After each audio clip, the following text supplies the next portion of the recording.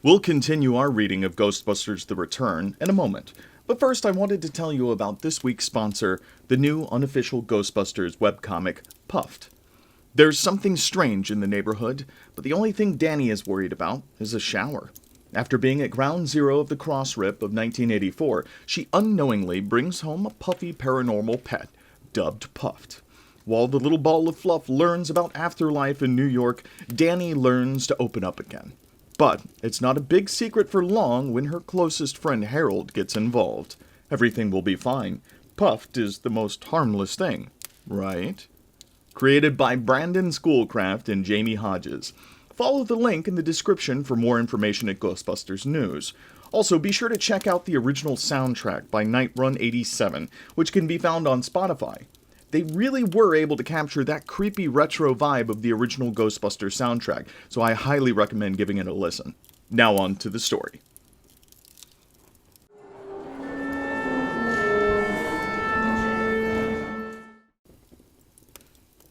Hello everyone, and welcome back to another episode of Required Reading, where we continue our reading of Ghostbusters The Return, Chapter 7.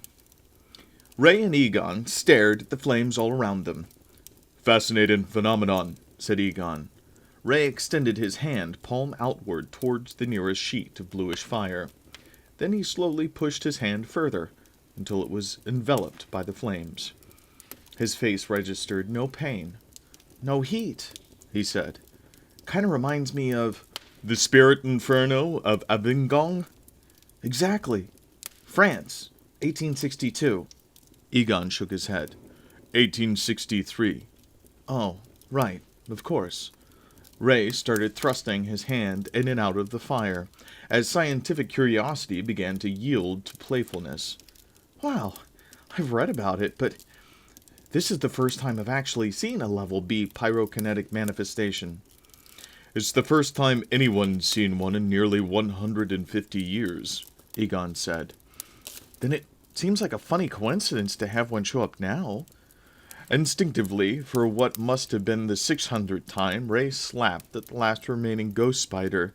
It had been scrabbling all around his body since the day before, and was likely to continue doing so, since his hand passed through the spider without any noticeable effect. "You think it's connected?" Egon pointed his PKE meter at the flames and moved it from side to side in a slow arc. "The readings are consistent with the incidents we've seen over the last few days." "So does that mean you guys can put it out?" The question came from a burly fireman in full gear. He was the only one willing to join the two Ghostbusters in the middle of a city block that was engulfed in the supernatural blaze. Half a dozen of his colleagues were huddled near a pair of fire engines that idled a block away. They weren't nicknamed New York's bravest for nothing. These were men who would charge into a raging inferno without thinking twice. But this was something completely outside their realm of experience. "My boys tried everything, but nothing worked. Foam, water, everything just passed through, doing nothing." "That's because it wasn't holy water," said Ray. "Huh?" "The thing that puzzles me," said Egon, "is that this one breaks the pattern." "Into a million pieces," said Ray. "It's different than the incidents we've been dealing with recently. For one thing, it's the first time there hasn't been any damage. We got plenty of fire all over the place, but it isn't actually burning anything." Egon nodded. "Moreover, it's just a fire, albeit a spectral one. There's nothing about it that would cause it to qualify as an urban legend." Ray leaned back so that the ethereal flame engulfed the top of his head, along with the ghost spider. With a sizzle and a tiny scream, the spider was gone. "Yep, it's a puzzle all right," he said with a yawn. "If I had time to get more than 3 hours of sleep one of these nights, I might have enough brain cells left to solve it." Yeah, said the fireman. "But can you put it out?" His questions were getting more insistent, and all things considered, Ray couldn't blame him. He looked up as a chup chup chup sound grew louder above them. "Actually, it looks like your people want to give it one more try." A trio of pale white helicopters approached overhead. "Those aren't our birds," said the fireman. "Then whose are they?" "You got me. News choppers." Egon raised a hand to his forehead to shield his eyes against the sun as he watched. "What's that beneath them?" Ray squinted at the aircraft. "Oh, it's an old firefighter technique for fighting forest fires. They hang a giant tarp under the helicopter, dip it in a lake or a body of water to pick up several hundred gallons of water, and then they release it over the fire." "Not in a populated area." The fireman was getting agitated and nervous. "The weight of that much water falling from that height could kill somebody. We gotta get out of here." "It's worse than that," Ray said as he pulled out his neutrino wand and hit the power. "It is an urban legend. Get ready, Egon." Egon followed Ray's lead. "For what? What is it?" "A skeet shoot," said Ray. That's when the spectral helicopter released their loads of water. And that's when scuba divers started falling from the sky. The music flared as Venkman strolled quickly across the stage. The band launched into a few bars of a familiar bass-heavy melody. When the band leader called out, "Who you gonna call?" the cheering audience screamed, "Ghostbusters!" The applause went on until Venkman and the host greeted each other with a warm handshake, and Peter took a seat in a comfortably padded chair beside the host's desk. He flashed the band leader a little thumbs up and silently mouthed the words, "Hi, Paul." "Welcome back," said the host. "Now, you've been here before, right? What is it, about 4 years ago?" "More like 5, I think," said Venkman. "Is it really? Well, I'm sorry it's taken so long to have you back. Now, Dr. Venkman, it is doctor, right?" "Right, Dave." Ordinarily, Venkman's gut impulse would have been to tell the host to call him by his first name, but the media trainer had taught him to use the title. It established a subliminal air of authority in the eyes of the audience, especially if he kept using the host's first name. "And what are you a doctor of again?" "A couple of things. I've got a PhD in both psychology and parapsychology." "Really? That's very impressive. 2 degrees." "The very best that the offshore University of Manila has to offer," Venkman said with a smile. The trainer had warned him that Mayor Lipinski's people would probably try to downplay Venkman's credentials by questioning the validity of an advanced degree in parapsychology, but he could preempt the strategy by making light of it himself. By lacing his discussions with just a touch of self-deprecating humor, although not too much, he didn't want to raise any doubts about his qualifications in the audience's mind, he could use his advanced education as a point in his favor, while still sounding like an average Joe. After pausing for a laugh from the audience, he added, "No, actually, I went to Columbia University." "Not too shabby," said the host. "Well, I know everyone's anxious to hear about the mayoral race, and we'll get to that in a minute. But first, there's something I've got to ask you." "What's that?" "Do you think you could exorcise the spirits of last night's audience from the studio? No, those folks were scary." While Venkman handled the entertainment circuit with his characteristic smooth charm, the media planners at party headquarters booked Winston into the more serious outlets that drew smaller audiences but focused more deeply on the issues. And so it was that Winston found himself sitting in a darkened studio across the table from a talk show host who was far more somber and sincere than the one who was interviewing Venkman across town. "Mr. Zedmore," said the host, leaning forward in his chair. "Yes?" Winston replied, leaning comfortably back with a look of concentration on his face. The media trainer had taught him to look relaxed and confident, but to be careful not to seem bored or disinterested. "Transit fares?" "Yes?" "As you know, the Metropolitan Transit Authority raised them this year." "Yes." Winston wished the host would get to the question already. He was beginning to become acutely aware of the quiet that came with the lack of a studio audience. In the midst of the darkened set, the host's slow, contemplative style was starting to make him sleepy. He bit the inside of his cheek to keep himself awake. the host made a tent with his fingers and touched them to his lips. He studied Winston for a long moment, and then finally asked, "Are the fares too high?" He sat up and leaned forward towards the host. "I'm glad you asked me that. Or that you asked me any question," he thought. Winston launched into his pre-scripted response. It was made easier by the fact that this was one of the replies that weren't all that different from his own opinions. "Personally, I've never met a New Yorker who didn't think transit fares are too high. In this case, though, I think the issue is less about the fare hike itself than about the way in which it happened.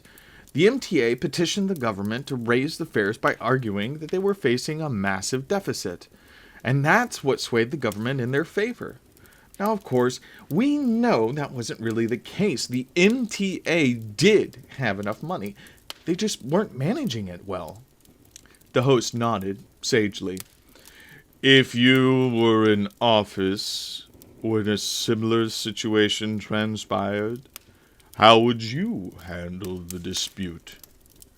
"I'd challenge the MTA to find better ways to handle their budgets. I'd remind them that their mission is to serve the public, not to turn a profit." Winston had to acknowledge that the campaign people had written him a good answer. It put him squarely on the side of the public, but didn't rule out the possibility of fare hikes, so that he could avoid completely offending the MTA. His eyes moved away from the host to look directly into the camera. "New Yorkers want to work. They want to live their lives. It's up to us to make that possible, and to make sure that they can afford to do it."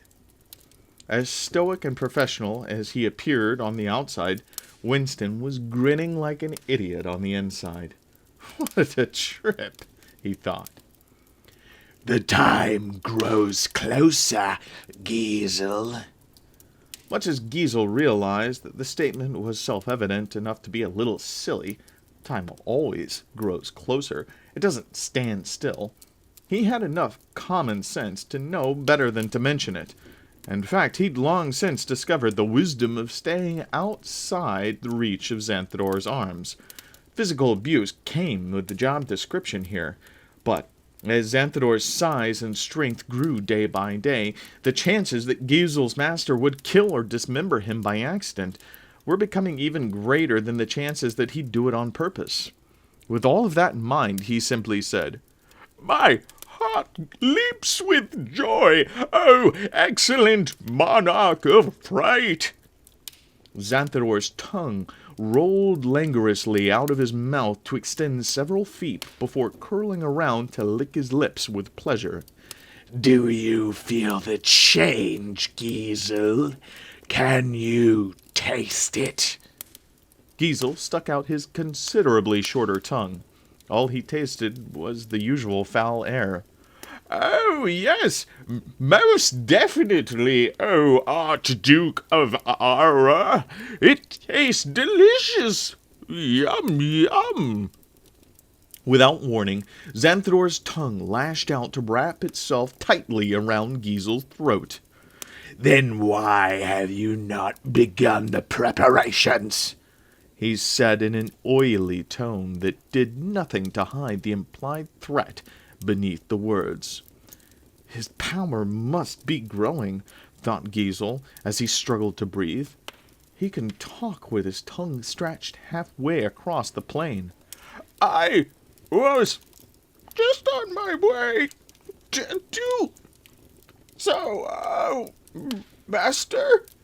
he wheezed. "By all means, then, fulfill your duties without delay," Xanthador said, releasing him. Giesel fell to the ground, gasping for breath. The neck, he thought. Why is it always the neck? "The barrier between worlds grows thin as vapor," said Xanthador. "It will be soon now. Before long, Xanthador shall walk the earth once more. All must stand in readiness." He plucked long silvery strands of ectoplasm from the breeze and began to mold and weave them into shape. to work, Giesel, said Xanthidor. we have much to do. The thing is, Lewis was saying, if we leave now, we can still be there in time for the curtain. It would be a shame to miss part of the play, even though I did get the tickets for half price. So I guess we'll come out ahead as long as we get there before 50% of the play is over. Although on second thought, I suppose that in computing the net cost of the tickets, you'll also have to factor in the 63 minutes I spent standing online at the tickets booth. And of course, they were sold out of the tickets for the play we really wanted to see, but even so, it's still a good deal. Janine didn't appear to hear a word that Lewis said. She was too busy talking on the phone and scribbling notes at lightning speed. Yes, sir, she said into the receiver. I'm sure you had no idea that the car wasn't yours when you drove it away.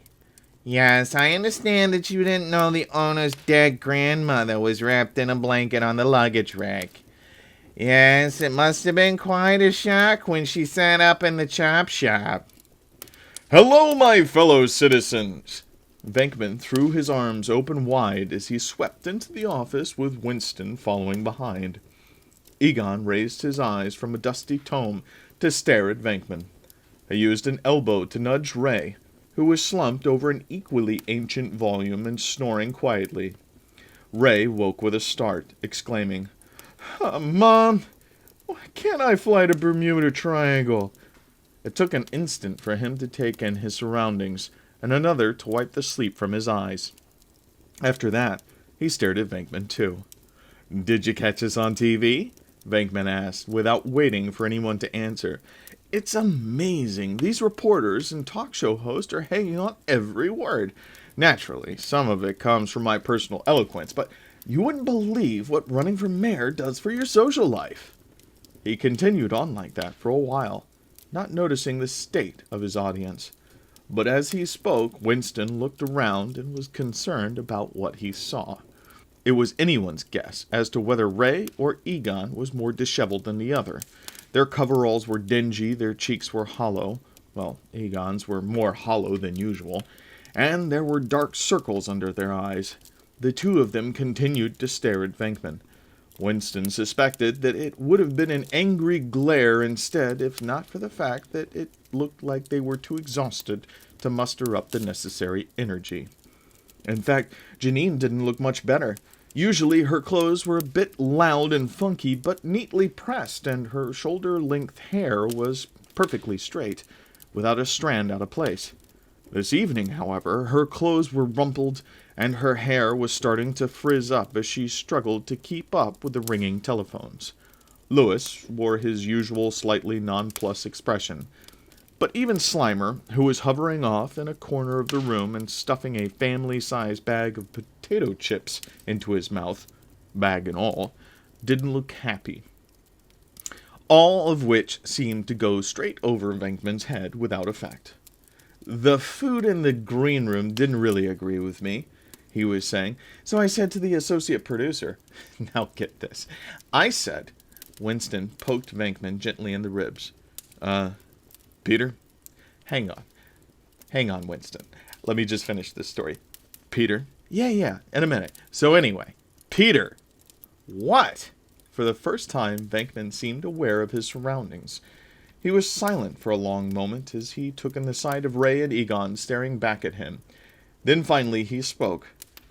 You guys really need a shave. That was all Egon could take. Good idea, Peter, he snapped. Maybe we could take the time to shave if half our manpower didn't disappear for 5 days to be interviewed on talk shows. Maybe we could even stop wearing the same clothes we've been wearing since Tuesday.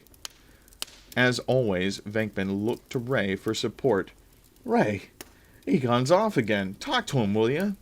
Ray shrugged. He's got a point, Pete, he said with a yawn. We've been stretched pretty thin all week. Slimer blew Venkman a large raspberry, spraying his shirt with a mixture of slime and potato chip crumbs. Gee, said Lewis, if you guys need some extra muscle, I could always strap on one of those gadgets and join you. I mean, it wouldn't be the first time. Remember that whole Vigo thing?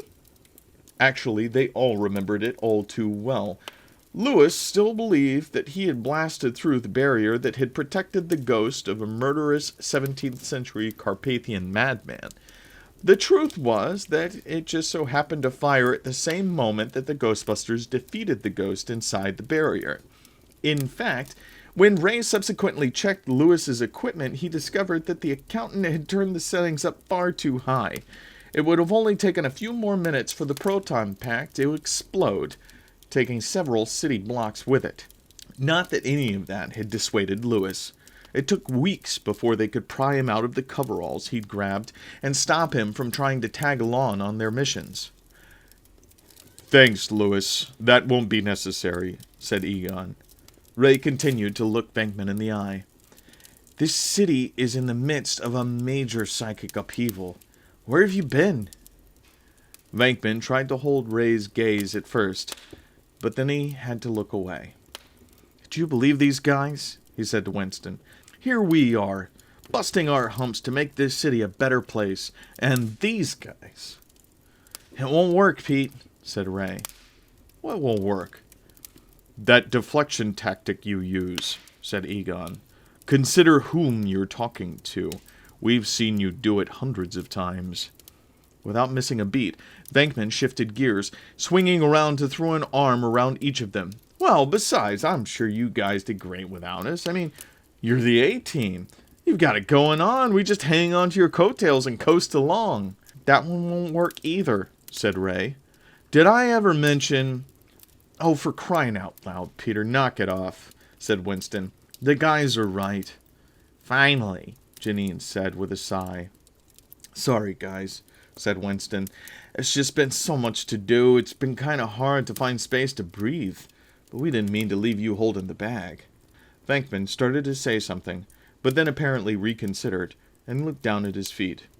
"Yeah, like he said," he mumbled. "So what's going on?" "Major activity," Ray said. "That incident with the alligators was just the tip of the iceberg. Ever since then, we've been up against a non-stop series of contiguous, free-repeating spectral manifestations. But that's not the weird part." "Sounds weird enough to me," Winston remarked. "Not nearly weird enough," said Egon. "What sets these apart and makes them truly unusual is that they all take the form of existing urban legends."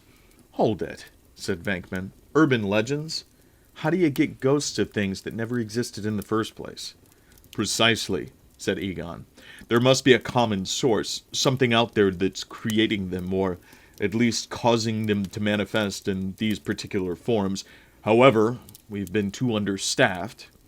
Ray cleared his throat and shook his head slightly. Egon caught the signal and took the point. "That is to say, we haven't been able to find the connection yet." "Say, if you fellows are understaffed," said Lewis, "I could always get out my gear and..." "No thanks, Lewis," said Ray. "We're okay." Venkman picked up a cracked yellowed scroll from the table where Ray and Egon were working. He unrolled it partially and glanced at the unfamiliar foreign writing. "So you're looking for urban legends in here.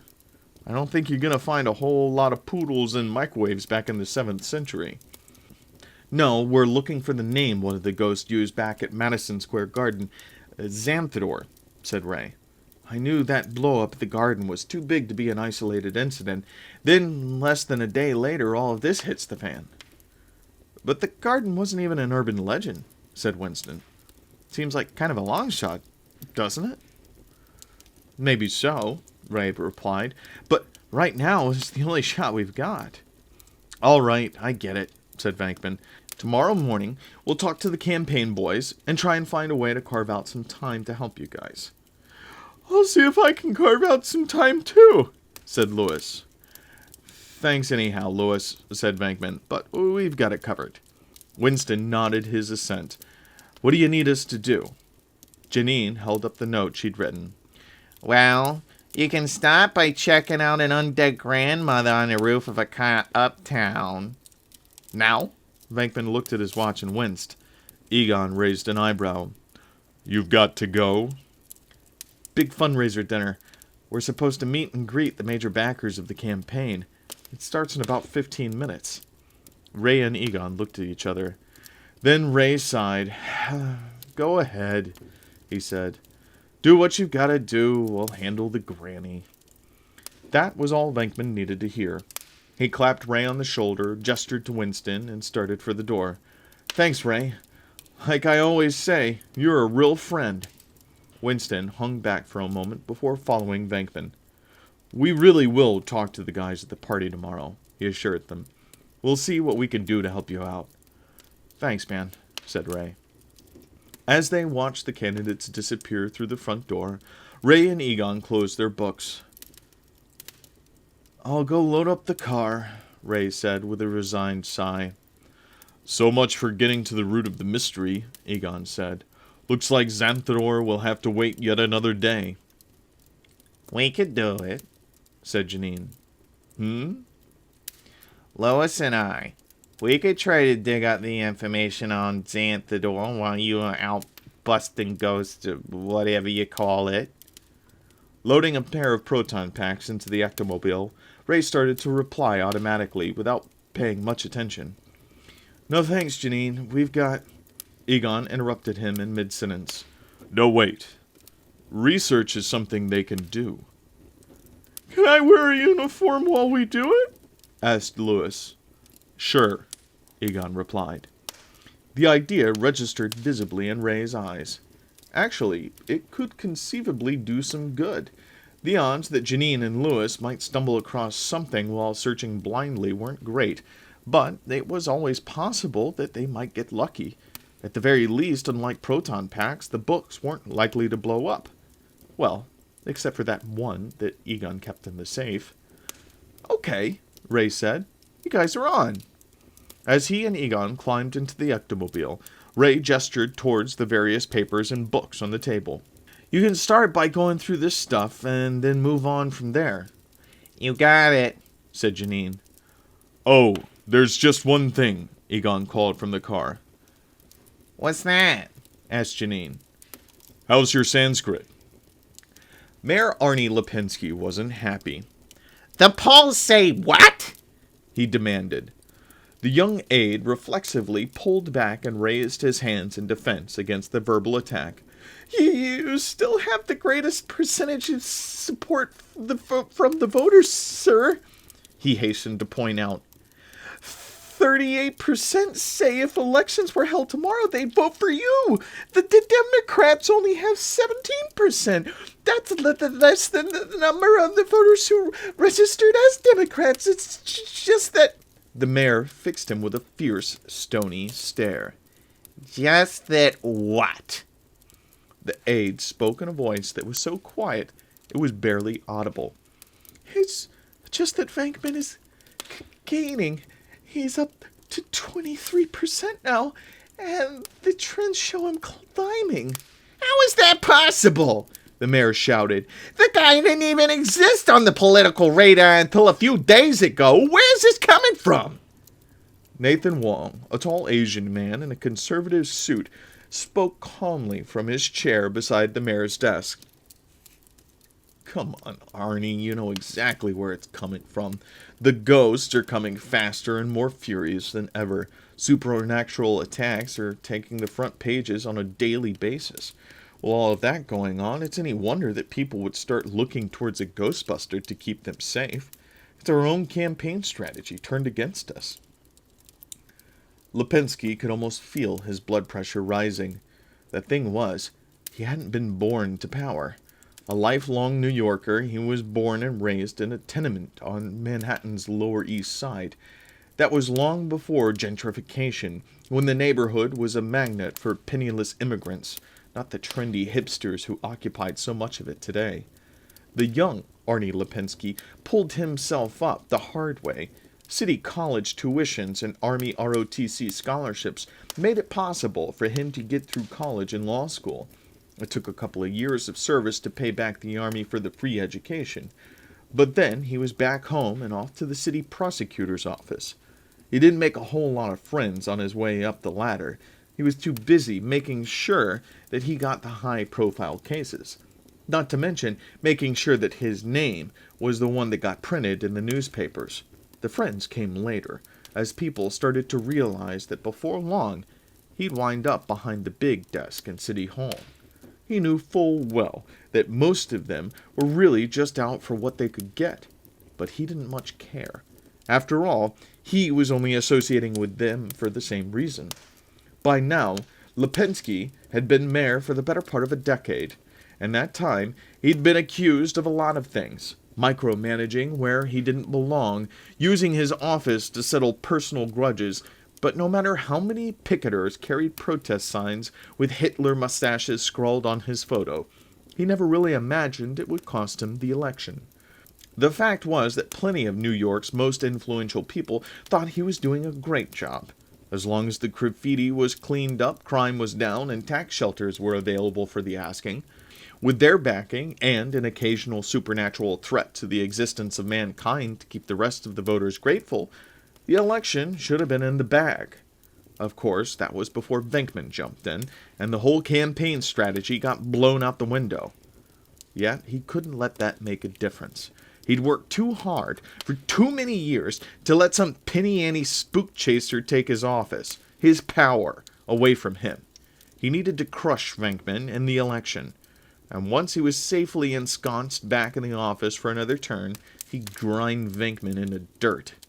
"You're supposed to be my campaign manager, Nate," the mayor told the tall man. "So if they taken my old campaign, they give me a new one."